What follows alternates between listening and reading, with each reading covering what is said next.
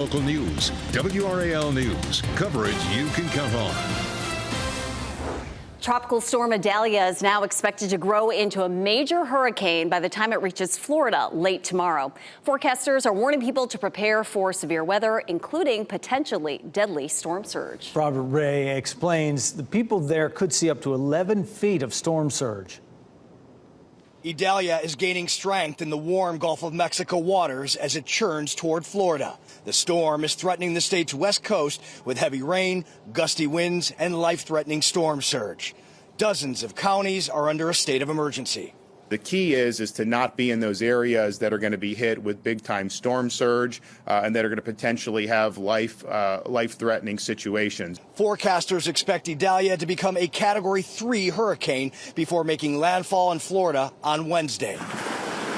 Storm surge as high as 11 feet could come ashore and potentially cause destructive flooding in coastal communities. Keep them like that. Folks on Florida's west coast are stocking up on supplies and filling sandbags ahead of Idalia's arrival. I have my mom in the car and she doesn't have a ride, so I'm driving her to get some of the sandbags, getting her prepared, and then I'll start preparing myself. Florida officials say more than 1,000 National Guardsmen have been mobilized.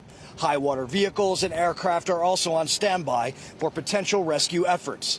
First responders are urging people to know their evacuation routes and have at least a half a tank of gas in case they need to leave town. If anything happens, storm surges, you know where to go to. Your family members who are not as tech savvy, help them know their evacuation zones as well.